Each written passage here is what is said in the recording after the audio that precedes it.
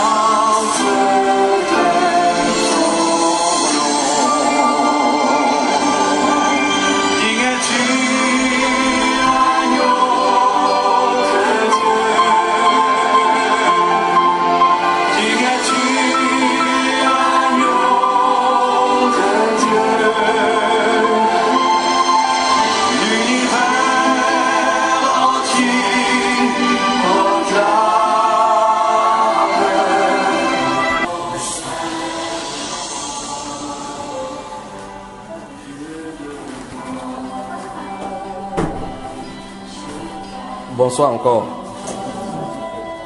Je crois qu'ils sont de regarder si tout le monde est là, si on peut entamer. Je ne veux pas que quelqu'un pète vraiment cette séance-ci.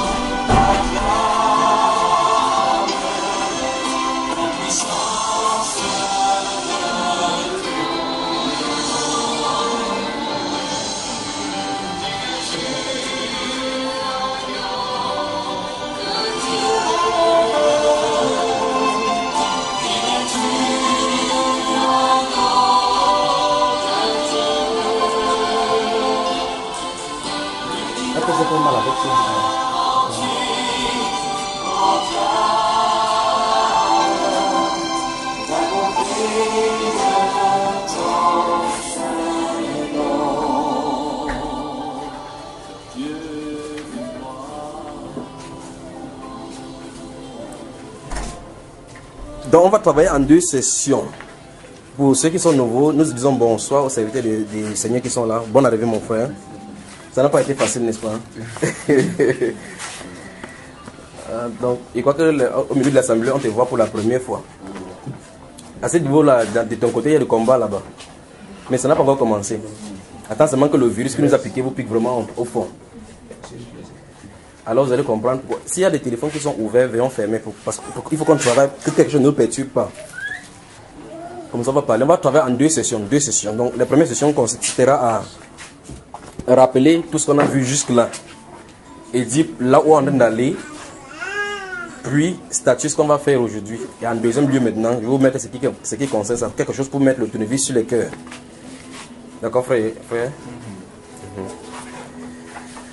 Donc, si les téléphones sont éteints, il faut que vous soyez concentrés. Vous qui avez les enfants, vraiment dirigez les enfants pour que les enfants ne dérangent pas. Donc, soyez concentrés maintenant. Je veux que vous ayez le Seigneur au devant de vous. Vous soyez concentrés sur lui. Pendant qu'on va voir cela. Et à tout moment au courant de la première session, et à tout moment, vous pouvez interrompre pour poser des questions. Il peut commencer maintenant. Les frères. Donc, prenons nos Bibles. Donc, je vais commencer par le rappel de ce que nous avons vu. Et comme les gens sont nouvelles, il faut que on puisse savoir de quoi les questions. S'il vous plaît, contrôlez vraiment les enfants, que les enfants ne perturbent pas.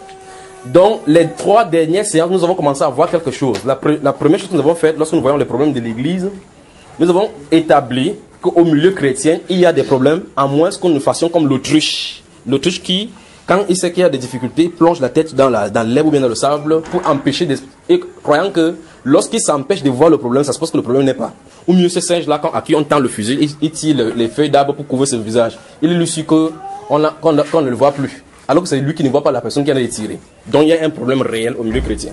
Quels sont ces problèmes? Nous avons vu ces jours-là, commençant par Jean au chapitre 16, verset 24. Nous avons lu ces jours-là, Jean chapitre 16, verset 24, que le Seigneur Jésus-Christ a donné des merveilleuses promesses. Et dans ces Jean chapitre 16, verset 24, le Seigneur Jésus-Christ a dit, demandez et vous recevrez afin que votre joie soit parfaite. On a convenu que, sans exception, les enfants de Dieu prient aujourd'hui, il n'y a pas de résultat. Nous qui nous disons enfants de Dieu, on prie aujourd'hui, il n'y a pas de résultat. On a cité également Jean chapitre 14, verset 12, où le Seigneur Jésus a dit qu'en vérité, je vous le dis, celui qui croit en moi fera les œuvres que je fais et en fera davantage. N'est-ce pas? Pas plus grande, en fera davantage. Nous convenons également que nous ne faisons pas ces œuvres-là encore aujourd'hui. On est d'accord? Grave encore, les premiers chrétiens accomplissaient des miracles au nom de Jésus et c'était palpable. Nous nous disons chrétiens à ce modèle-là aujourd'hui, mais nous n'avons pas ces œuvres-là qui nous suivent. Dans ce cas, il faut qu'on réfléchisse là où nous sommes tombés. C'est là où la réflexion nous a conduit. N'est-ce pas, frère? Donc, il y a donc des promesses comme ça dans la Bible. La deuxième séance, nous avons commencé donc à voir donc, au niveau donc, de la prière fervente du juste. Ça nous a permis donc de voir ce que c'était la prière fervente du juste, n'est-ce pas? Nous avons parcouru les Écritures tout au long. Nous avons vu le cas d'Élie. On a dit que Élie était quelqu'un de la même nature que nous. Il a prié qu'il ne pleuve pas sur la terre pendant 3 ans et 6 mois. Et puis il pria de nouveau. Nous sommes allés voir, le Saint-Esprit nous a montré effectivement que quand il a déclaré qu'il ne tombera pas la prière, il allait prier. Et nous avons compris, d'après la Bible, c'est que c'était la prière fervente du juste. Nous avons noté particulièrement 5 points sur lesquels il va falloir que nous revenions.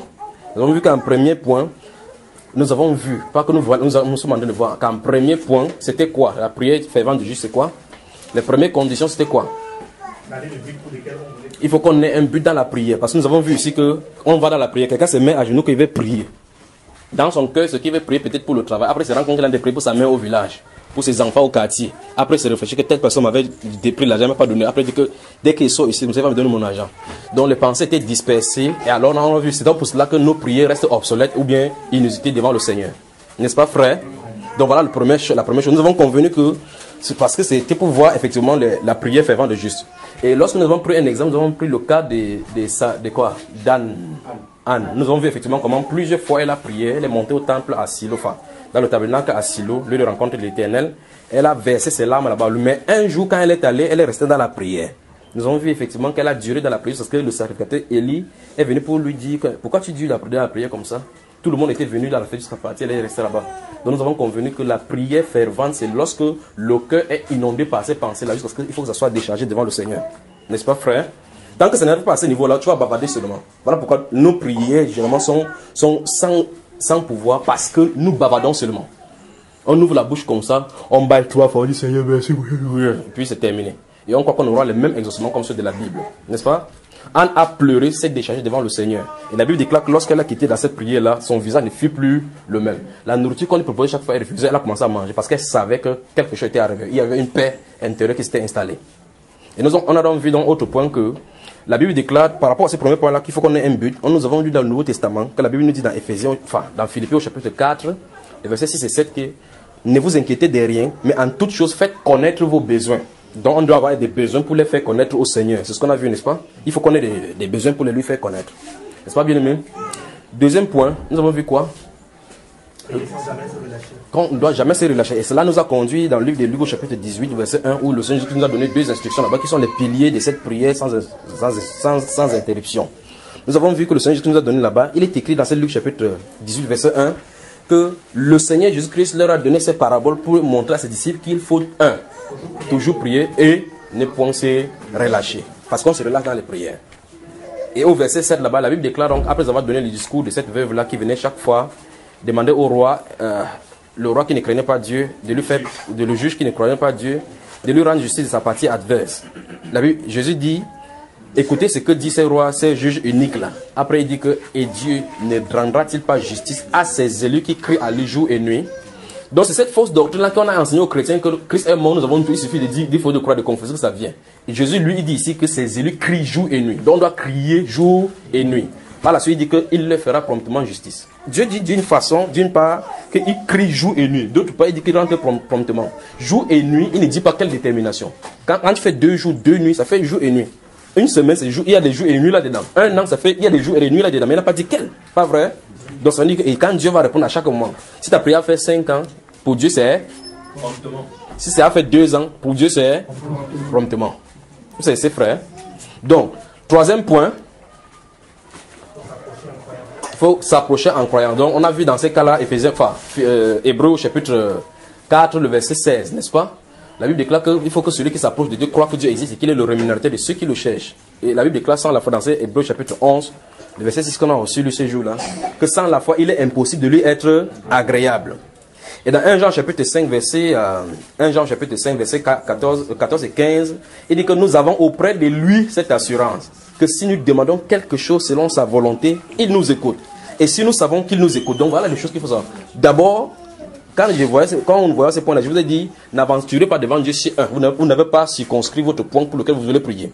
2. Arrangez-vous à savoir si vous croyez d'abord que quand vous lisez, vous croyez que Dieu va le faire. Si vous ne le faites pas, n'avancez pas pour prier. N'ouvrez pas la bouche pour prier, sinon vous allez le tenter. Souvenez, on a lu Jacques au chapitre 1, les versets 5 à 6, où il a dit que si quelqu'un manque de la sagesse, qu'il la demande à Dieu qui donne à tout simplement et lui sera donné.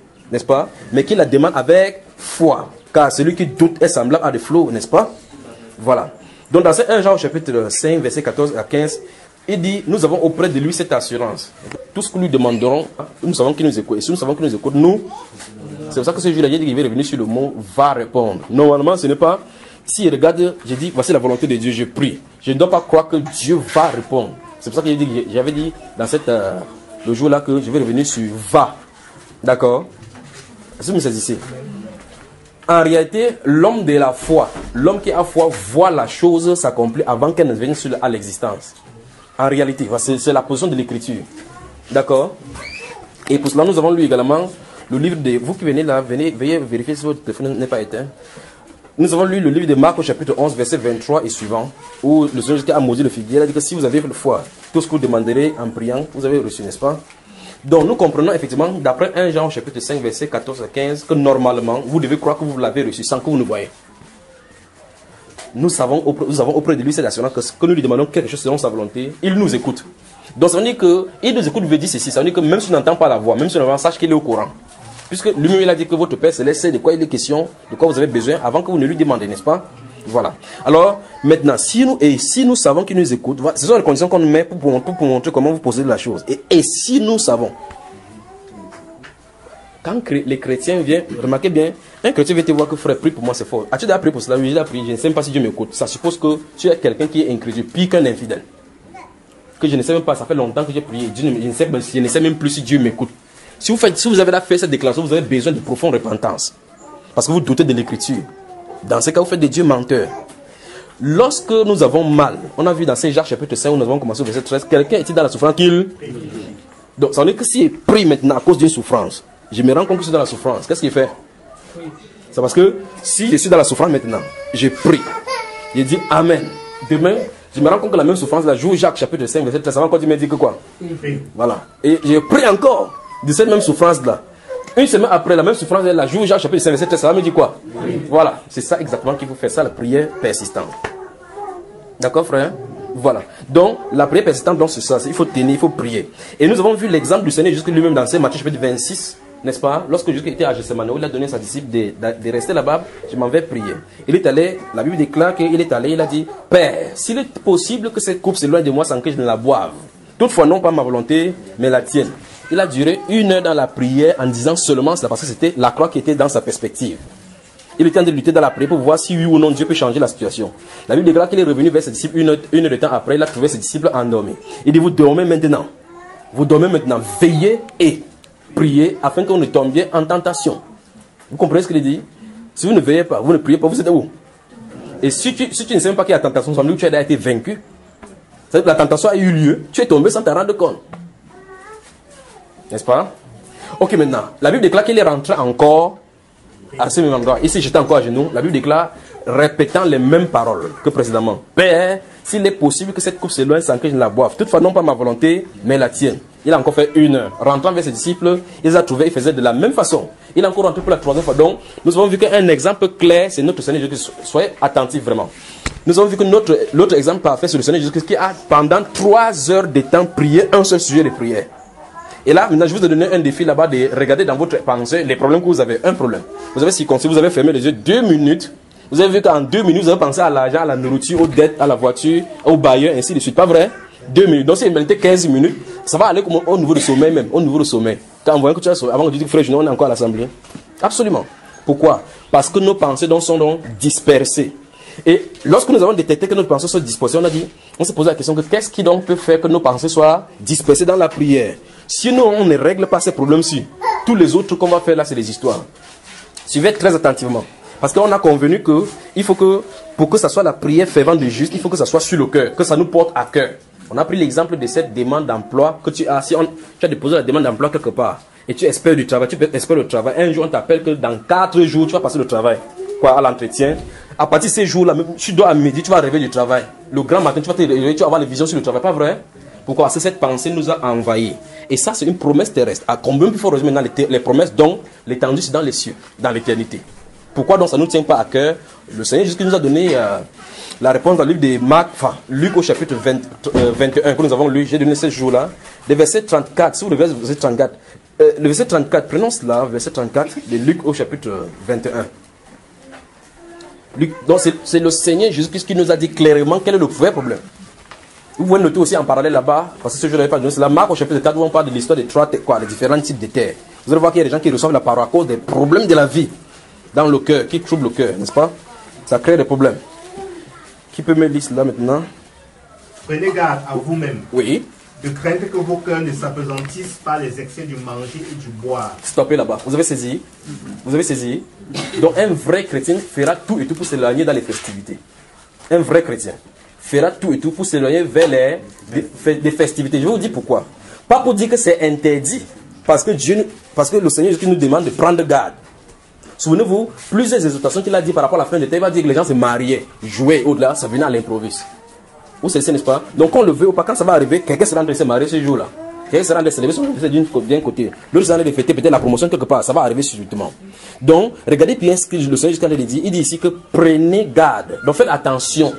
Faites attention de peur que votre cœur ne s'apesantisse. C'est lui qui a donné la solution, le fait qu'on est dispersé dans la prière par rapport à notre cœur. Sinon, c'est le cœur, le lieu de porteur de ces problèmes-là. Vous savez, n'est-ce pas? Il dit, prenez garde que votre cœur ne s'apesantisse pas des excès de manger. Pas vrai? Et ce n'est pas dans la maison qu'on fait des choses comme ça, c'est dans les fêtes. Vous savez, n'est-ce pas? C'est dans les fêtes, le tuyau. C'est dans les tuyaux qu'il y a des excès de manger où on dit que tu peux bisser. Que ici c'est l'entrée, là c'est la sortie, là c'est le milieu. N'est-ce pas, frère? Quand tu vois comme ça, tout ce qu'on a de fait là-bas, tu dis seulement que finissez vite, c'est la table, ma cible, c'est là-bas.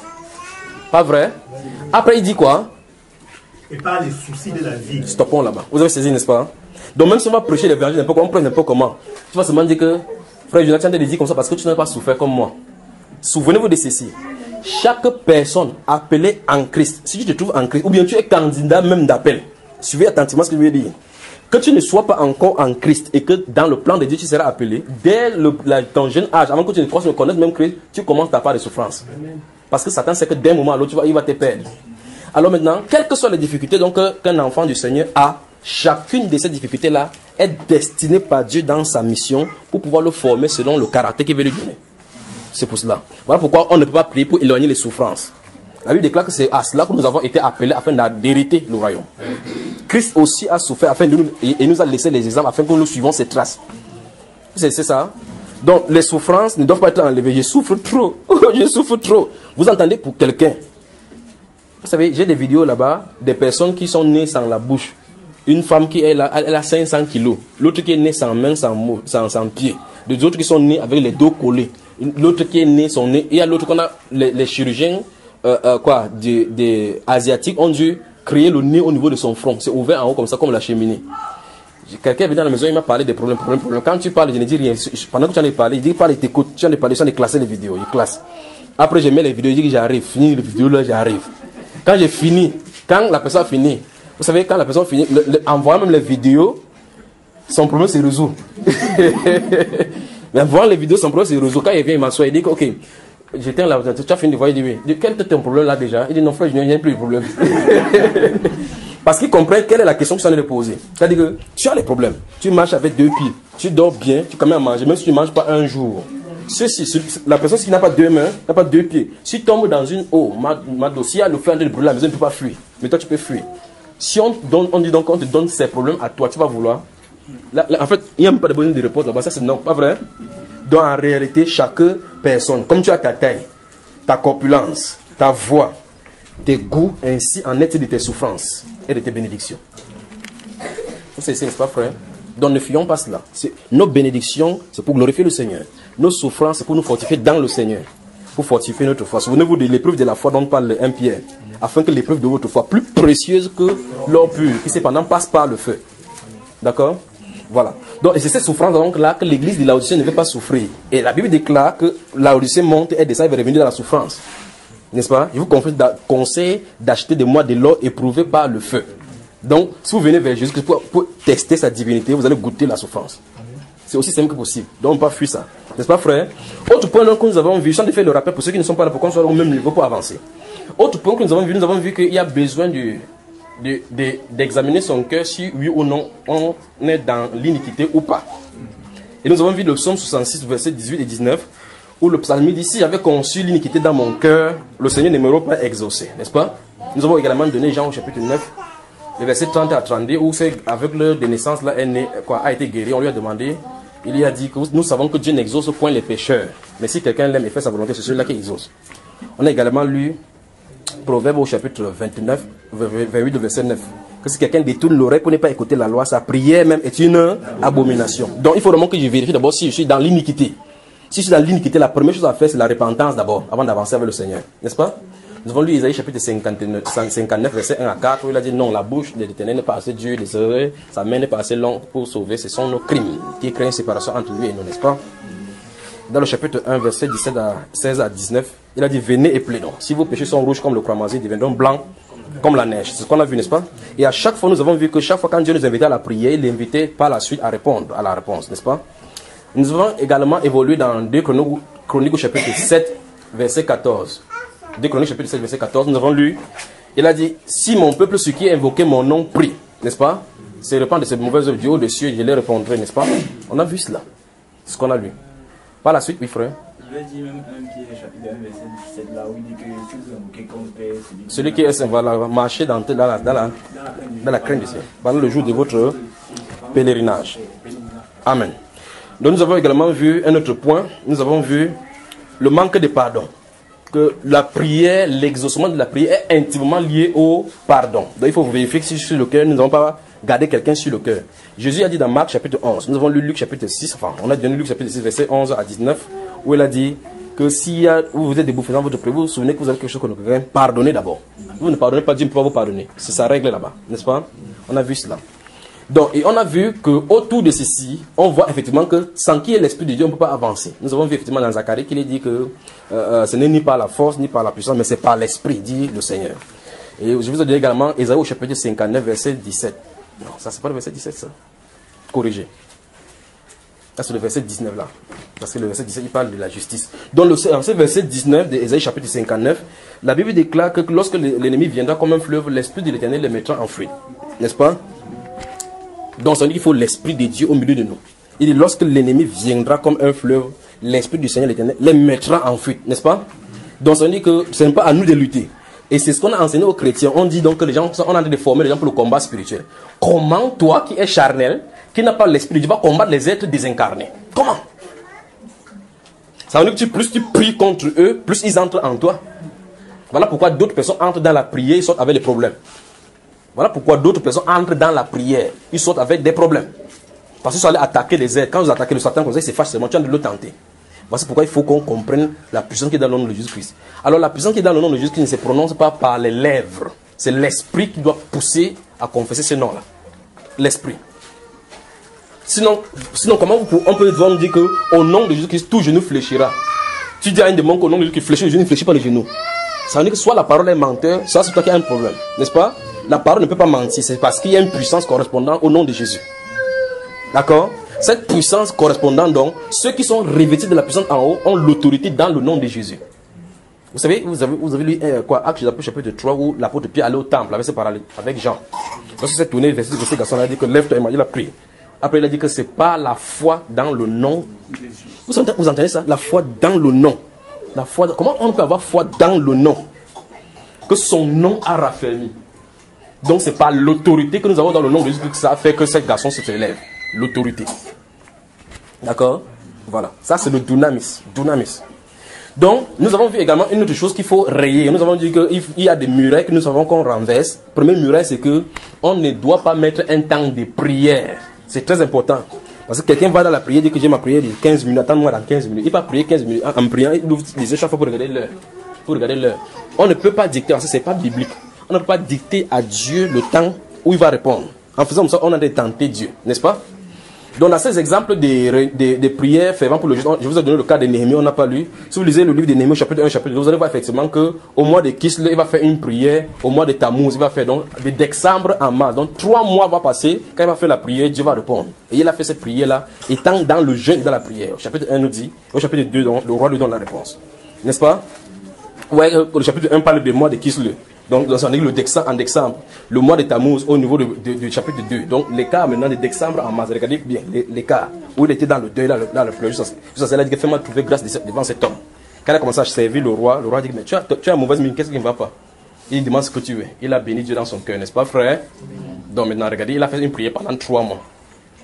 N'est-ce pas? Voilà. On a vu le cas de Daniel au chapitre 9, n'est-ce pas? Regardez comment il a prié. Ok.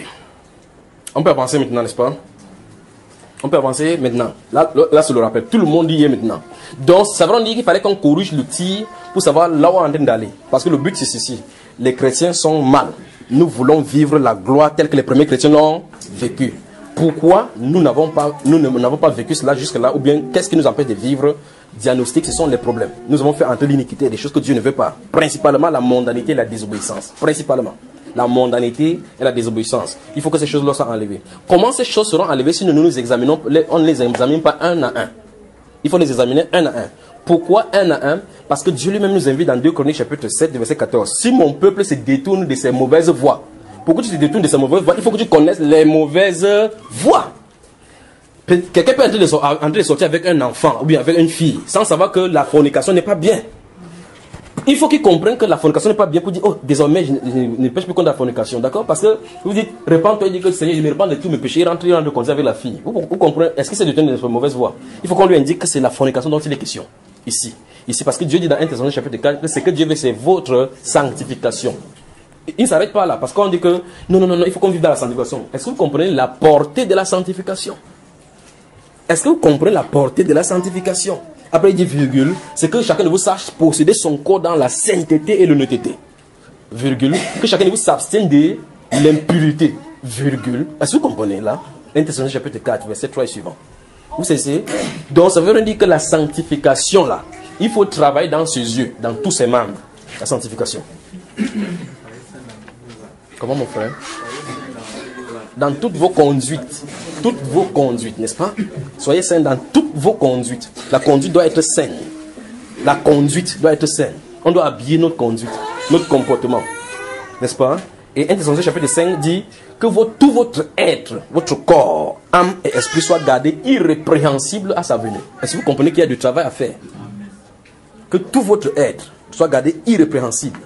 1 Pierre chapitre 1, que nous avons vu la dernière fois, le verset 11, et le chapitre 2, verset 11 également, parle de la convoitise charnelle qui font la guerre à l'âme. La guerre est déclarée, donc il faut qu'on débatte. Donc si on ne sait pas quelles sont les convoitises de notre âme, ce qui nous fait frémir dans l'âme là, on ne va pas s'en sortir. C'est pourquoi cet enseignement s'est suscité. Alors maintenant, pour que ça soit suscité, il faudra que ce qu'on va faire plus tard, qu'on soit d'abord armé, comment prier. C'est pour cela que l'enseignement sur la prière est sorti, n'est-ce pas? Pour corriger le tir, rectifier le tir, afin que lorsque chacun va se mettre à part pour prier, qu'il prie de la bonne façon. D'accord? Donc, première instruction, à partir de maintenant, quand vous allez rentrer, donc que chacun se cherche un cahier. Un cahier, ça sera ton cahier. Personne ne lira ton cahier, c'est entre toi et Dieu. Parce que on va faire ce que la Bible dit. Chaque fois que nous citons ces versets bibliques, personne ne comprend ce qu'on a dit de dire. La Bible déclare dans 1 Corinthiens, enfin, dans l'une des 2 Corinthiens chapitre 13, le verset 5, il dit, examinez-vous vous-même. Quand vous allez faire le check-up à l'hôpital, qu'est-ce que le médecin fait? Est-ce qu'il te regarde comme ça et dit que tu n'as rien? Quand on dit qu'on va faire le check-up, vous savez, il y a des gens qui font le bilan de santé. Il y a des organes qu'on examine. Pas vrai? On regarde si tes yeux sont bien, si le niveau de rein ça bon. On regarde si le rythme cardiaque est bien, si ton pulse est bien, si la glycémie est bien. Pas vrai? La motricité. On teste les motricités. C'est pas ça, frère. Ça, c'est ce qu'on fait dans le monde. On teste comme ça pour voir si notre membre est bien. L'apôtre Paul dit que examinez-vous donc pour savoir si vous êtes les membres du corps. Donc on va s'examiner. C'est chacun pour soi. Parce que quand on va, si je vais à l'hôpital pour faire le check-up, je ne parle pas avec quelqu'un pour que quelqu'un fasse le check-up pour moi. C'est moi qui fais le check-up sur moi. C'est n'est-ce pas? Chacun va faire le check-up. Donc prenez vos cahiers. C'est seulement pour vous aider, pour que vous soyez à même de le faire à la maison. Donc pour moi, ce sera de donner le canevas parce que je ne suis pas exempté. Je vais aussi travailler de la même façon. Parce que la sanctification, c'est pour tout le corps. Il ne s'agit pas de connaître la parole du Seigneur. Il ne s'agit pas de savoir qu'on ne paie plus la dîme. Non, non, non, non. Il ne s'agit pas de dire qu'on ne fait pas de Noël. C'est pas ça. Parce que Satan connaît toutes ces choses. Mais comme il trompe les gens, il le connaît. Est-ce que vous comprenez? Il connaît. Mais il n'ira jamais à la repentance. Il n'ira jamais au ciel avec ça. Jamais. C'est ça, n'est-ce pas? La seule connaissance qui peut vous rendre à salut, c'est la connaissance du Seigneur Jésus-Christ. Et pour que le Seigneur qui te révèle sa connaissance, il faut que tu sois en lui. Sinon, il sera une pierre d'achoppement seulement pour toi. Si le Seigneur, tu n'as pas l'alliance avec lui, tu ne le connaîtras pas davantage. C'est pour ça que la Bible nous exhorte de grandir dans la connaissance du Seigneur Jésus. Il faut qu'on soit d'abord dedans, on grandit dans la connaissance du Seigneur Jésus. Si tu es dehors, tu dis que non, il est Dieu le Père, Dieu le Fils, Dieu le Saint-Esprit, il n'y a pas de problème. Dis même vrai. Satan sait qu'il est le Fils de Dieu. C'est ses frères et sœurs. Donc on va continuer maintenant. On peut avancer là maintenant. On peut commencer là maintenant pour cette soirée, pour la première session. Il est 6 heures exactement. On peut commencer. Prenez Hébreux chapitre 9. Hébreux chapitre 9. Merci Père. Dans cette session, nous allons voir le standard de l'approche de Dieu. Le standard de l'approche. Le standard de l'approche. Vous savez ce que je veux dire, le standard de l'approche? Je vais expliquer avant qu'on y entre. Le temps que vous trouvez Hébreux chapitre 9. Et au fur et à mesure, on va donner certains versets, puisque au fur et à mesure que ça vient. Quand je parle du standard de l'approche, c'est ceci. Lorsque les enfants composent souvent, comme on vient de remettre les résultats là, vous allez voir quelqu'un a 12 de moyens, l'autre a 8, l'autre a 9, l'autre a 9,94. Vous avez quelqu'un qui a échoué. Celui qui a 9,94 commence à se consoler en disant qu'il n'est pas seul qui a eu 9,94. Mais il est dans la sous-moyenne. Parce que la moyenne pour passer, c'est combien? C'est 10. Il a 9,94, l'autre a 9,00, l'autre a 8. Et lui qui a 9,94 va se tourner voir le dernier de la classe qui a 6. On dit moyenne générale de la classe. Celui-là, il a 6. Lui, il se compare avec celui qui est derrière. Il dit qu'au moins, je dépasse celui qui est derrière. Mais on cherchait qui? Celui qui est devant. Donc il refuse de se comparer à celui qui est devant ou bien de se mesurer avec celui qui est devant. Ça n'a pas de mesure, c'est pas derrière. Est-ce comme ça on doit progresser? C'est un peu comme quelqu'un qui va dire que non, mais on dit qu'il vit dans le péché, penser que moi, au moins j'ai d'avoir confié au moins Jésus-Christ. Ceux-là, les païens là qui vont en boîte de nuit là. Quand ils vont aller en enfer, ils ne discuteront pas avec Dieu. Quand les païens vont aller en enfer, ils ne discuteront pas, ils ne vont pas se dire. La Bible nous dit clairement qu'aucun païen ne discutera pourquoi il va aller en enfer. C'est ceux donc qui croyaient qui auront des problèmes. C'est ça la Bible déclare. Que ceux qui me disent Seigneur, ceux qui me disent Seigneur, n'entreront pas tous. C'est ça. Donc ça veut dire que c'est chez eux qu'il y aura des problèmes. Alors il faut qu'on examine pourquoi donc le Seigneur Jésus qui dit que le problème c'est au milieu chrétien, la désillusion au moment du jugement. Il y a une désillusion. Pourquoi? Parce que les gens ont cru qu'il suffit de confesser le Seigneur Jésus-Christ, on est dans la grâce. On est dans la grâce, on peut vivre n'importe comment. Que non, c'est parce que les chrétiens enseignent. Ce n'est pas ce que l'écriture enseigne. C'est cette fausse chose qu'on a enseignée aux gens qui a fait le temps que la mondanité est entrée, particulièrement la léthargie spirituelle est entrée. On a dit que Christ a tout accompli. On n'a plus besoin de faire quoi que ce soit. On est sous la grâce. Et la Bible déclare dans chapitre 2, verset 11 à 13 que la grâce nous enseigne à renoncer aux œuvres du monde. Donc le signe que tu es vraiment sous la grâce, c'est que tu ne vis plus d'après le monde. Voilà le signe qu'on est sous la grâce. Mais maintenant, ceux qui se disent de Jésus sont les plus mondains. Le plus grand mondain aujourd'hui, c'est Jésus. Vous voyez les fêtes de Noël chrétiens. On est dans les hip-hop chrétiens. Ceci chrétien. Le football match, les matchs football chrétien, interquartier chrétien. C'est ce qu'on a fait maintenant. Vous regardez dans la Bible, on dit que non. Le but pour ce qu'on fait, parce que Dieu peut passer, Dieu est souverain. Il peut passer par là pour toucher les chrétiens. Dieu n'a jamais dit qu'il va convertir quelqu'un par le football. Il n'a jamais dit qu'il va convertir par la musique. C'est par la prédication de la parole de vérité. Il n'y a pas deux façons. D'accord? Voilà. Imagine après pour dribbler quelqu'un ou ça que veut te dribbler maintenant pour être comme toi. Pour que tu donnes ta vie à Jésus. Quand on va te gagner, on va dire que c'est Dieu qui a fait que j'ai gagné. Et pour vous donner votre vie à Jésus. Donnez vos vies à Jésus. Vous parlez.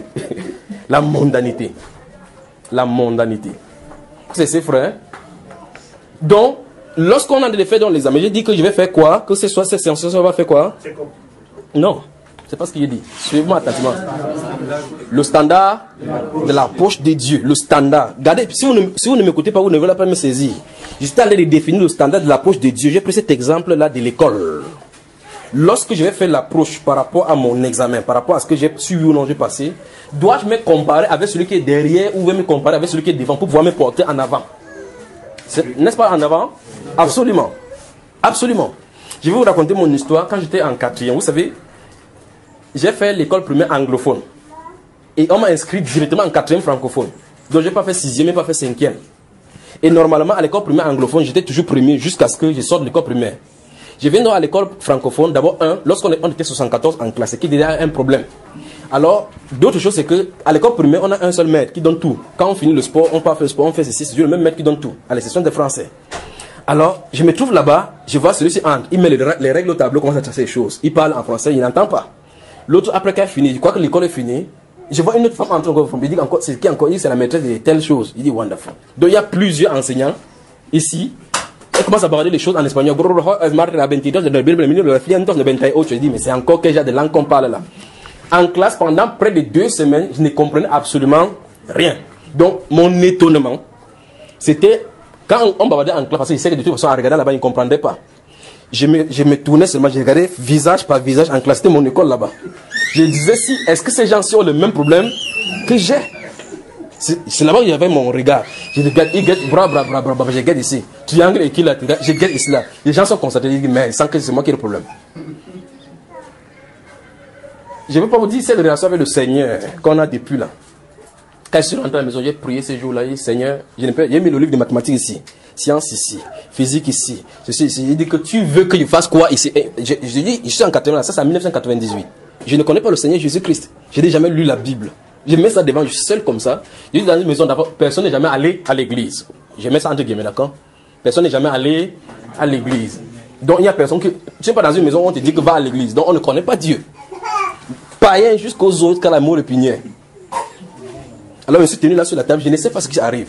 Il dit, j'ai fermé mes yeux, parce que tu prends la Bible, enfin, pas la Bible là, le mathématique, il y a au moins 200 pages, tu ne sais pas par où commencer. Tu prends ici, il y a au moins 400 pages.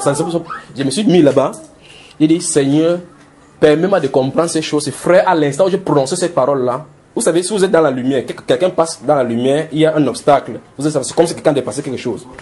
J'ai vu un tableau traverser au devant de moi, il y a une lumière, le tableau traversait comme si ça faisait l'obscurité quitter. Vous savez, je dis, je suis dans la lumière comme ça. Si quelqu'un passe, comme le fait qu'il y a la lumière, quelqu'un a obstrué la lumière. Ce tableau est passé, la lumière est revenue. Frère, tout simplement. Je vous la mathématique, je comprends. Là, je vous la physique, je comprends. Là. C'est longtemps après que mes amis ont dit que Tchapdaï allait manger l'écorce de la sagesse. C'est longtemps qu'ils m'accusaient comme ça.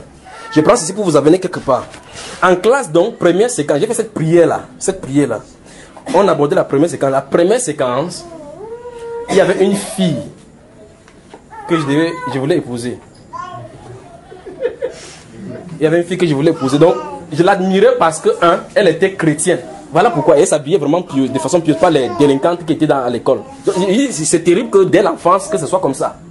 Je l'admirais parce qu'elle n'était pas comme les autres filles qui faisaient n'importe quoi là. Elle était chrétienne, donc elle était Mais c'était une catholique, une vraie catholique. D'accord? Voilà maintenant. Elle-même aussi, dans son parcours, n'avait jamais échoué, elle était toujours première. Mais voici dans mon parcours initial. Mais elle a fait l'école normale. Elle est francophone. Donc, moi, je suis de l'école primaire, j'ai fait l'école primaire, puis on m'a sauté là-bas. Donc, j'ai un handicap du fait que je n'ai pas fait le français. Donc, elle était avantageuse. Tout ça, je ne connais pas ce qui se passe à l'école, parce qu'il y a les compétitions entre les premiers des classes. Je ne suis pas au courant. Elle se trouve donc là-bas. Première séquence, elle est première. Je vous dis que je suis en train de parler de l'attitude, le standard de l'approche. Première séquence, elle est première, ça m'a révolté. Si ça avait été une autre personne, autre qu'une femme, qui avait été premier de la classe, non, j'ai resté à ma position. Est-ce que c'est ses frères? Parce que j'ai dit, d'abord, je me suis conscient du fait que, donc malgré que j'ai regardé les visages ici, je suis quand même sorti quatrième, donc ça veut dire que je peux faire plus. Donc ça veut dire que je peux faire plus. Est-ce que c'est ici? Alors, j'ai regardé, on a dit, premier de la classe, Magne, Téné, Yvette. J'ai dit quoi? Je ne sais pas qui était deuxième, ni qui était troisième.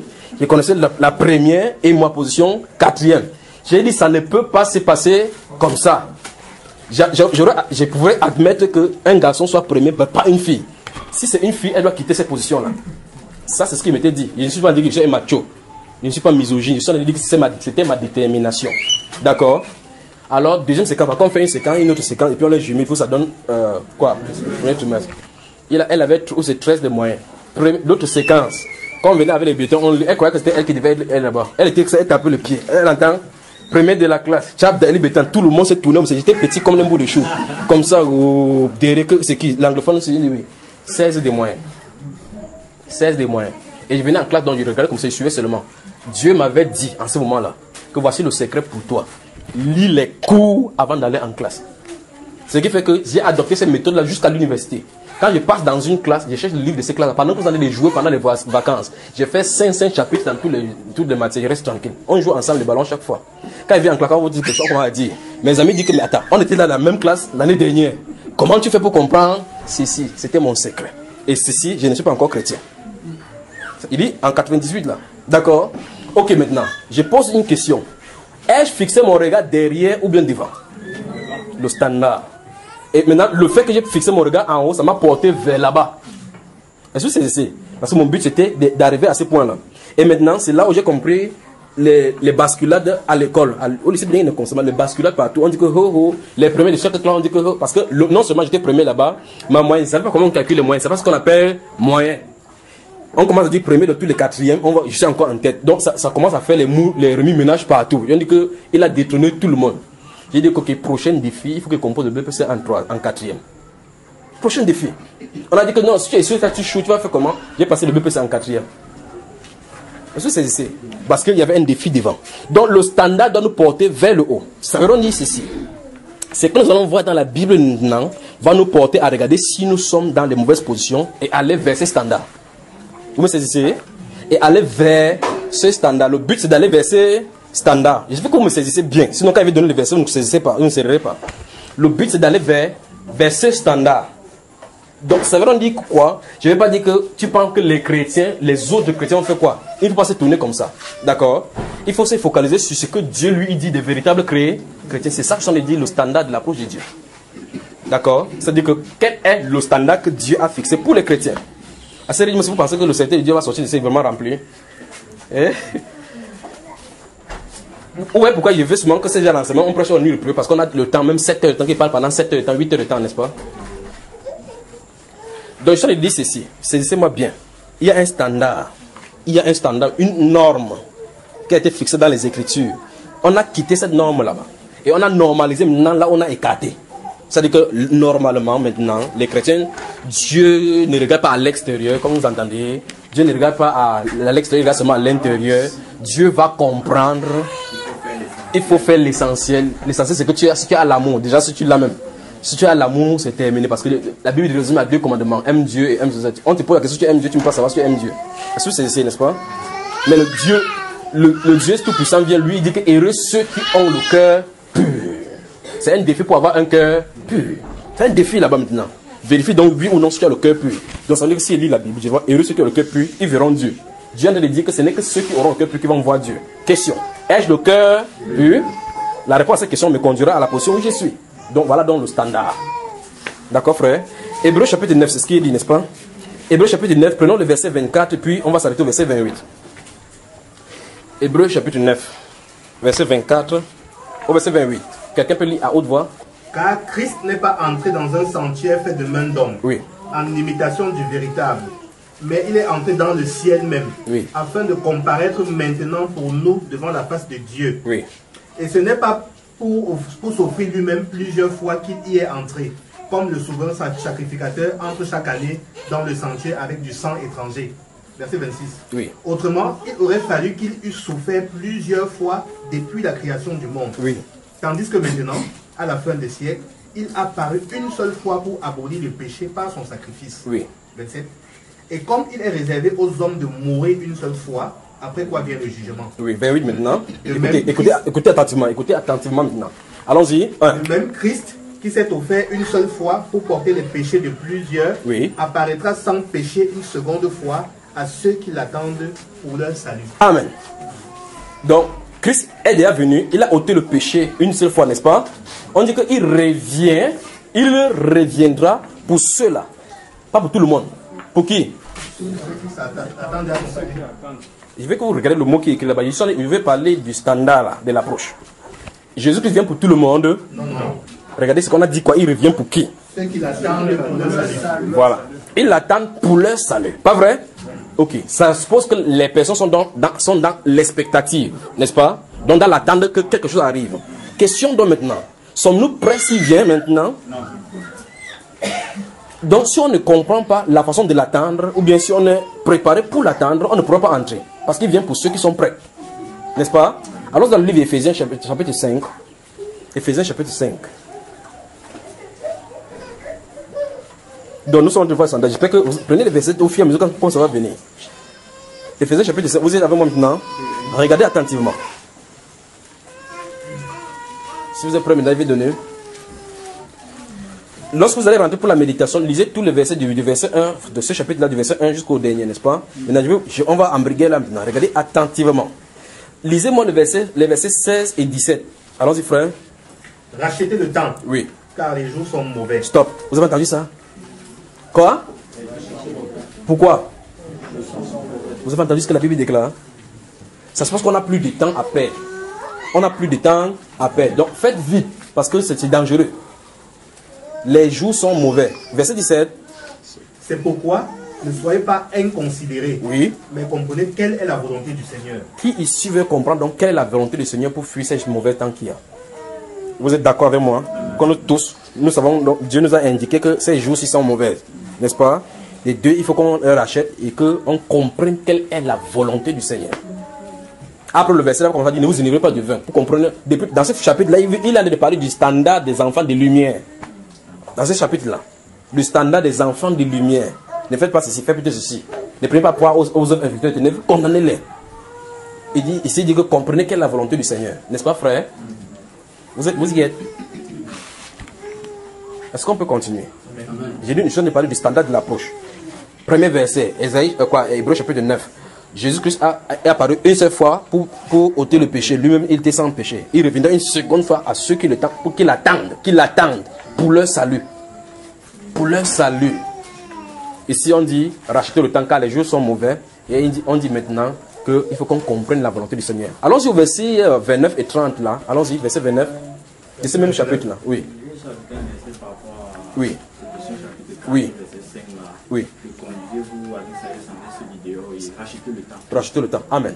Allons-y, verset 29 et à 30. Allons-y, frère. Car jamais personne n'a haï sa propre chair. Oui. Mais il la nourrit et en prend soin, oui, comme Christ le fait pour l'Église. Continue.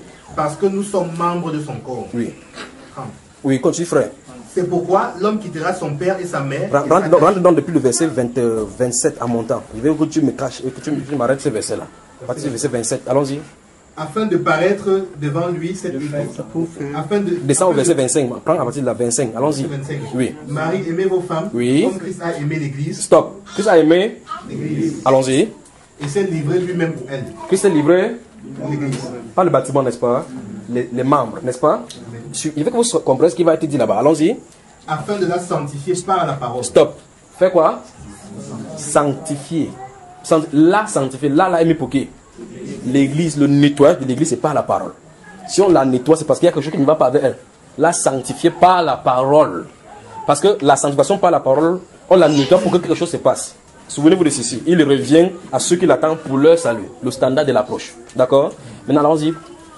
Après l'avoir purifié par le baptême d'eau. Vous entendez? Oui. Allons-y. Afin de faire paraître devant lui cette église glorieuse, sans tache, ni ride, ni rien de semblable. Stoppons là-bas. Donc le standard de Dieu, pour ceux qui vont l'approcher, c'est quoi? Le standard, c'est quoi? Donc l'histoire de Dieu va comprendre. Dieu aime tout le monde là. Il faut que vous arrêtez ça. Arrêtez. Il a dit que l'église qui va se présenter devant lui. Non, j'étais protestant. Vous avez le musicien qui a dit que le sort là. J'étais témoin de Jéhovah. J'aurais souhaité que tu sois enfant de Dieu, même comme c'est pas normal la musique là. Parce que Dieu ne souhaite pas que quelqu'un soit son enfant. Son enfant viendra de toutes les façons. Donc ici, il dit que il travaille dans la parole, il lave cette église-là afin de la présenter devant lui, de le faire paraître devant lui. L'église qui va venir devant le Seigneur Jésus-Christ, c'est sans tache ni ride. Ça, on le dit ici parce que nous allons voir une deuxième session maintenant où il y a un témoignage. C'est le témoignage principal qu'on va suivre maintenant. Vous allez suivre le témoignage avec votre stylo. Donc après cette première session-ci, je vais vous donner 5 minutes de repos et puis je vais mettre le témoignage pour que nous suivions ensemble. Ensemble, vous soyez attentifs et vous notez ce qu'il en est. Après ça, on arrête et puis chacun rentre. D'accord, frère?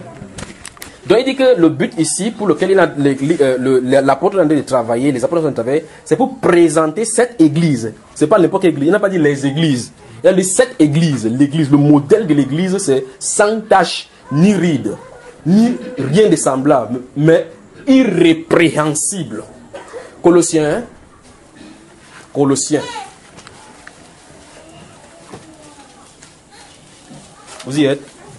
Merci Père. Vous êtes suffisamment d'engagé comme ça, vous voyez comment ça commence à déclencher. Ça commence à déclencher. Ça commence à déclencher. Colossiens, si vous y êtes au chapitre 1 de Colossiens. Vous êtes là?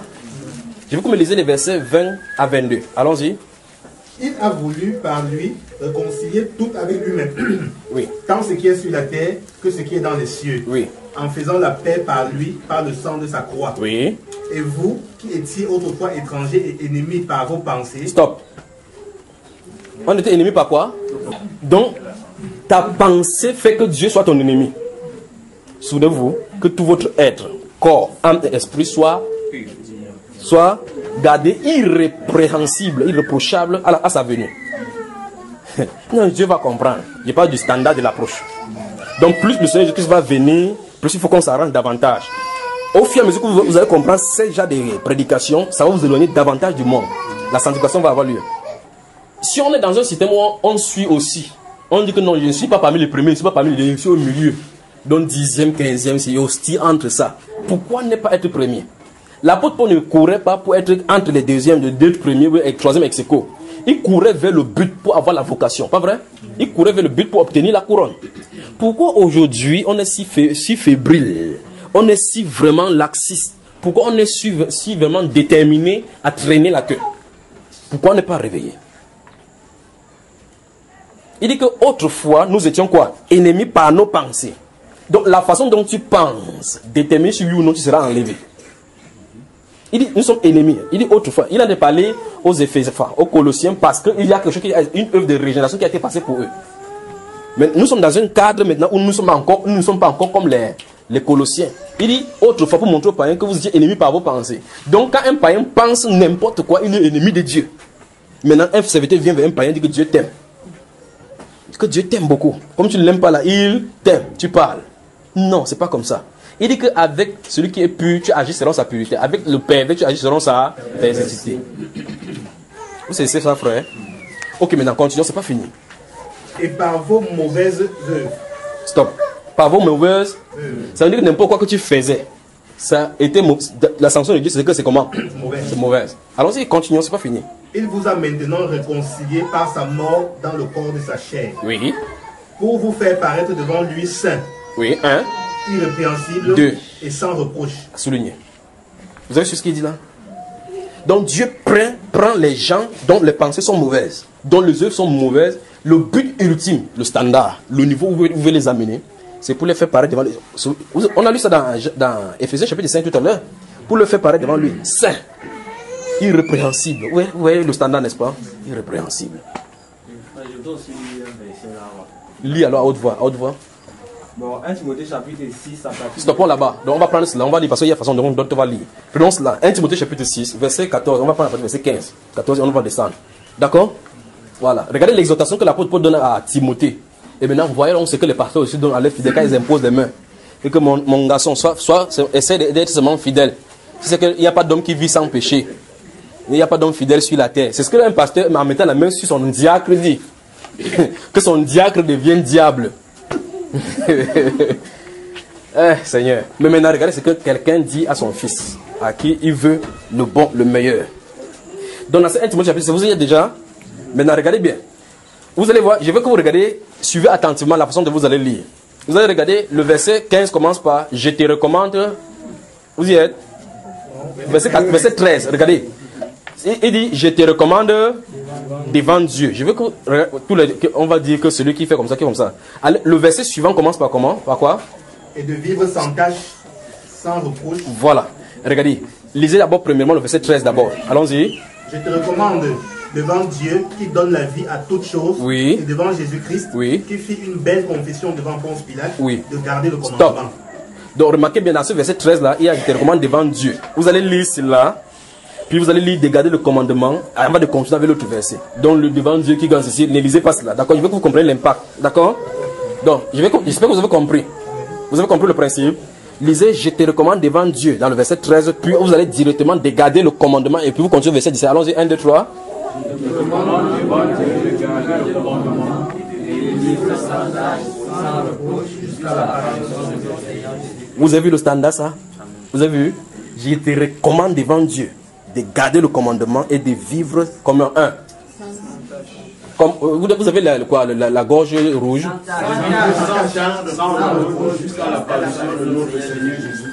Donc vous voyez maintenant, ça veut dire que notre chrétienté d'aujourd'hui, face à la Bible, c'est le jour et la nuit. Notre chrétienté, notre façon de vivre, c'est le jour et la nuit. Donc celui-ci, si vous continuez là-bas au chapitre, dans 2 Timothée chapitre 3, il va parler plusieurs fois. Il dit que avant qu'il ne vienne, prends soin de lire la Bible, les saintes lettres, car en le faisant, tu ne dois pas t'éloigner, tu vas te sauver, tu vas sauver ceux qui t'écoutent. Les Écritures. Regardez, il dit, je te recommande devant Dieu de garder le commandement et de vivre sans tâche, sans repos. Il dit jusqu'à. Donc, un style de vie pour le standard de l'irrépréhensibilité. Est-ce que vous comprenez? Sur le modèle des chrétiens qu'on vit aujourd'hui, est-ce que c'est le modèle des chrétiens qu'on vit aujourd'hui?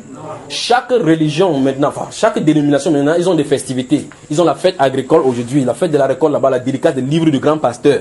Si ce n'est pas ça, c'est l'anniversaire de la maman pasteur. Si ce n'est pas ça, c'est la nouvelle convention. Si ce n'est pas ça, c'est le séminaire sur le mariage et les célibataires. Si ce n'est pas ça, c'est le kermesse qu'on a déjà sorti. On embrouille les gens pour qu'on ne voit pas le standard. Alors par conséquent maintenant, jeune célibataire homme, venez vous inscrire 2500, jeune célibataire femme, c'est 5000. Parce que dans cette rencontre-ci, on va trouver ces couples. Pour preuve, Dieu a béni plusieurs couples ici l'année dernière qui sont rencontrés dans le séminaire sur le célibat. Voilà les chrétiens d'aujourd'hui. Alors on les amène à Limbe. Les frères et les sœurs se voient entre eux. L'impureté dans les pensées qui sont en mauvaise, qui sont une abomination devant Dieu, ils rentrent avec cela. On les amène pour les pervertir, pour que Dieu les aide davantage. Après ils rentrent et disent Seigneur, je t'aime. Seigneur, je t'aime. On a surpris que ce jour-là, on va dire Seigneur, mais il dit, je ne te connais pas. Et en fait, vous avez deux choix. Soit vous suivez ce rythme de l'écriture, ou bien vous suivez donc la grande majorité. C'est le standard. D'accord? C'est le standard. Ennemi de Dieu par les pensées. Pas encore ça, les pensées. C'est que tu penses.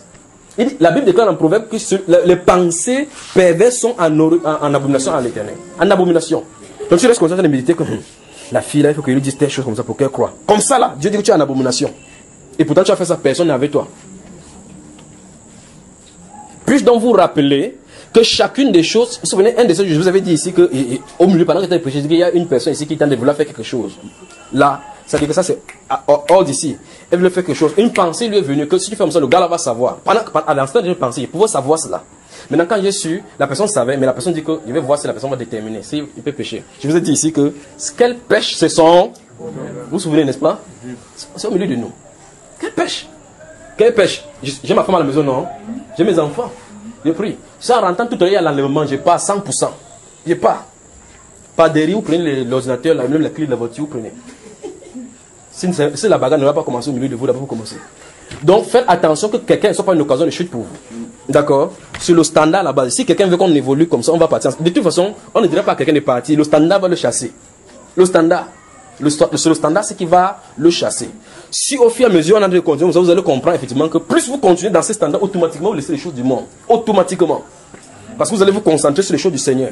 Remarquez bien dans 1 Pierre au chapitre 3, lorsqu'on dit aux femmes que ne vous parlez pas à l'extérieur, on dit que non, il faut qu'ils prennent le temps pour ma beauté. Si on ne fait pas comme ça, les frères vont me voir comment. Donc les frères vont me voir, c'est qu'on a de mettre sur toi, pas toi. Est-ce que vous comprenez? Or, la Bible déclare donc de se concentrer sur l'intérieur. L'intérieur, la parole intérieure est cachée, qui est un grand prix devant Dieu. Donc une femme qui prend le temps pour travailler à l'intérieur, la Bible déclare qu'elle aura le trophée devant le Seigneur. Alors elle prend le temps plutôt à l'extérieur. L'extérieur, qu'est-ce qu'elle fait comme ça là? Elle passe devant les frères, comme ça. Elle croit qu'elle est Jennifer Lopez, tu parles. Tu es un noir au Cameroun. Pas vrai?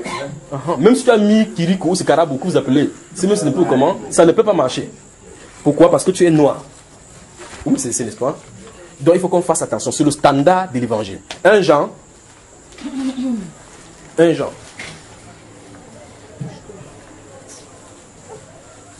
Tout ceci, c'est pourquoi nous passons à l'examen. Parce que souvenez-vous, le but prochain, les prochaines séances maintenant, c'est cet examen dont on va voir. Je vous ai dit au nom de Jésus-Christ que quand on passe bien cet examen, on va passer 100%, l'Esprit de Dieu va se manifester. Ce sont règles à lui. Si mon peuple, ceux qui invoquent mon nom, s'humilie, prie, se détourne de ce mauvais œuvre, du haut de ce, je l'exaucerai. C'est ce qui est écrit, frère. Vous allez expérimenter cela. Soyons seulement sérieux avec le Seigneur. Vous allez voir donc la différence entre la religion et le chrétien. La religion et le chrétien. Professez en parole. Vous allez vivre la puissance de Dieu. 1 Jean chapitre 1.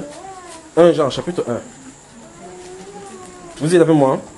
Premier épître de Jean, chapitre 1. On va lire à partir du verset 4, on va s'arrêter au verset 8. Enfin, oui, allons-y. 1, 2, 3. Oui. Et nous écrivons ces choses afin que notre joie soit parfaite. Oui. La nouvelle que nous avons apprise de lui. Faites attention, mais suivez attentivement. Allons-y. La nouvelle que nous avons apprise de lui et que nous vous annonçons, c'est que Dieu est lumière. Oui. Et qu'il n'y a point en lui de ténèbres. Stoppons là-bas. Donc, ce que les premiers disciples ont appris, c'est un principe simple. Dieu est lumière, il n'y a pas de ténèbres en lui. Donc, ça veut dire qu'un péché ne peut pas sortir de Dieu. Une vie impure ne peut pas sortir de Dieu. Voilà la nouvelle qu'ils ont apprise et qu'ils font connaître à ceux qui sont devant. Continuons. Si nous disons que nous sommes en communion avec lui, Oui. et que nous marchions dans les ténèbres, Oui. nous mentons. Stop. Vous saisissez, frère? Vous saisissez? Donc, si on dit qu'on est en communion avec Dieu, si on dit qu'on marche avec Dieu et que nous marchons dans les ténèbres, il dit quoi? Et la vérité n'est point en nous. Donc on est en train de se tromper. Donc il faut qu'on vérifie si oui ou non on est en train de se tromper, oui ou non. D'accord? Oui, allons-y. Mais si nous marchons dans la lumière, Oui. comme il est lui-même dans la lumière, Oui. nous sommes mutuellement en communion. Et quelle est la conséquence? Et le sang de Jésus, son Fils, nous purifie de tout péché. Enfin, voilà la condition.